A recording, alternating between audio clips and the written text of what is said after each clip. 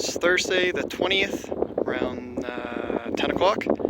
This is Independent Pass, kind of like the short walkway to the overlook. Like 12,000 feet. Continental Divide.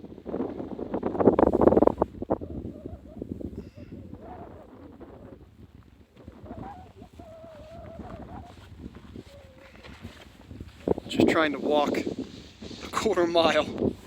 It was flat and still get out of breath.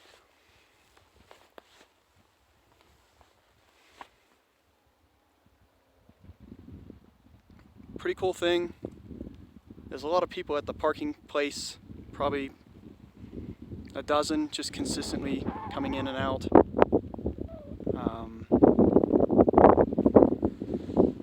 There's pedal bikers. Some kind of this is something for them to train on. I don't know. That's brutal. 12,000 miles, 12,000 feet. Ugh, whatever. But pretty cool.